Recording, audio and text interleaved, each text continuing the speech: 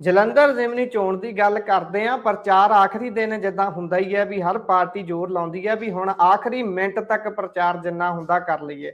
ਵਿਕਰਮ ਮਜੀਠੀਆ ਵੀ ਆਪਣੀ ਪਾਰਟੀ ਦੇ ਲਈ ਪ੍ਰਚਾਰ ਕਰ ਰਹੇ ਸਨ, ਸੁੱਖੀ ਨੂੰ ਵੋਟਾਂ ਪਵਾਉਣ ਦੀ ਮੰਗ ਕਰ ਰਹੇ ਸਨ। ਇਸੇ ਦੌਰਾਨ ਲੜਕੀ ਦੇ ਵੱਲੋਂ ਕਹਿੰਦੇ ਸਵਾਲ ਪੁੱਛਿਆ ਗਿਆ ਤੇ ਉਹਦੇ ਨਾਲ ਹੋਈ ਬਦਤਮੀਜੀ।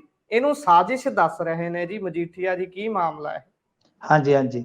तो गल यह कि प्रचार के दौरान विक्रम सिंह मजीठिया की एक सभा के विच कुछ लड़कियां आईयां, उन्होंने कोई प्रोटेस्ट वगैरह करना सीगा जां कोई सवालात करने सीगे, तां ये एक वीडियो दिखा के कहंदे ने आम आदमी पार्टी वाले कि वेखो इन्हां दे वर्करां ने उन्हां दे नाल बदतमीजी कीती है, गुंडागर्दी कीती है। तो वीडियो च साफ नजर भी आ रहा है कुछ हद तक।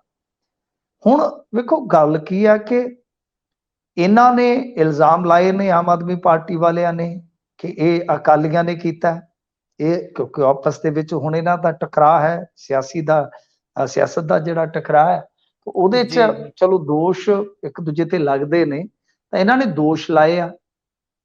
हुण विक्रम सिंह मजीठिया अपनी पੱਧਰ ते सफाई दे रहा है ते नाल साजिश दा किते ना किते अंदेशा जता रहा है कि वेखो असीं कोई सत्ताधारी है थोड़े आ जी जी। जे कोई, क्योंकि जमीन नाल जुड़िया मसला सीगा, उहदे चों कोई हिस्से दा मसला सी किसी पिंड दा, ते ओह कहंदे आ कि बई गल इह है कि असीं सरकार वाले थोड़ी, असीं की कौन हुंदे आ, असीं तां आप ओपोजिशन वाले आ। तां इह तां तर्क तुहानूं मनना ही पएगा कि कोई भी मान लो संघर्शी लिया, वह विरोधी धिर कोल जाके थोड़ी डिमांड करेगा कि मैनूं आ हक दिओ। पर हुण असल च गल इह कि एक पासे दोष है, दूसरे पासे सफाई है। ਆਪਾਂ ਨਾ ਤਾਂ ਦੋਸ਼ਾਂ ਬਾਰੇ ਕੋਈ ਪ੍ਰਮਾਣਤਾ ਦੇ ਸਕਦੇ ਆ ਤੇ ਨਾ ਇਸ ਸਫਾਈ ਨੂੰ ਕਹਿ ਸਕਦੇ ਆ ਕਿ ਬਈ ਇਹ 100% ਠੀਕ ਹੈ। ਹੁਣ ਕੀ ਪਤਾ ਕੀ ਗੱਲ ਹੈ, ਪਰ ਤਰਕ ਤਾਂ ਮੰਨਣਾ ਪਊਗਾ ਨਾ, ਜੋ ਤਰਕ ਦਿੱਤਾ ਜਾ ਰਿਹਾ। ਤਰਕ ਤਾਂ ਇਹ ਵਾਜਬ ਹੈ ਨਾ ਕਿ ਆਪੋਜੀਸ਼ਨ ਬਈ ਉਹਨਾਂ ਦੇ ਕੋਲ ਕਿਵੇਂ ਕੋਈ ਸ਼ਿਕਾਇਤ ਲੈ ਕੇ ਆਏਗਾ, ਕਿਉਂਕਿ ਉਹਨਾਂ ਦੇ ਹੱਥ ਪੱਲੇ ਤਾਂ ਹੈ ਨਹੀਂ ਕੁਛ। ਪਰੰਤੂ ਰੌਲਾ ਇਹ ਆ ਕਿ ਹੁਣ ਇਸ ਵੀਡੀਓ ਦਾ ਮੁੱਦਾ ਬਣ ਗਿਆ।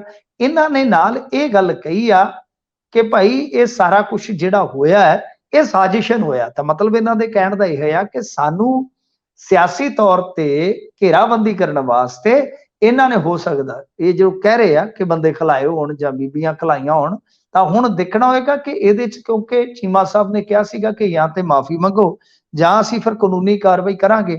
ਤਾਂ ਹੁਣ ਇਲੈਕਸ਼ਨ ਲੰਘ ਜਾਣਾ ਹੈ ਤਾਂ ਕੀ ਕਾਨੂੰਨੀ ਕਾਰਵਾਈ ਕਰੂਗੇ, ਕਿਉਂਕਿ ਮਾਫੀ ਤਾਂ ਉਹਨਾਂ ਨੇ ਮੰਗੀ ਨਹੀਂ। ਉਹਨਾਂ ਨੇ ਸਪਸ਼ਟੀਕਰਨ ਜ਼ਰੂਰ ਦਿੱਤਾ ਇਹਦੇ ਤੇ, ਪਰ ਮਾਫੀ ਨਹੀਂ ਮੰਗੀ।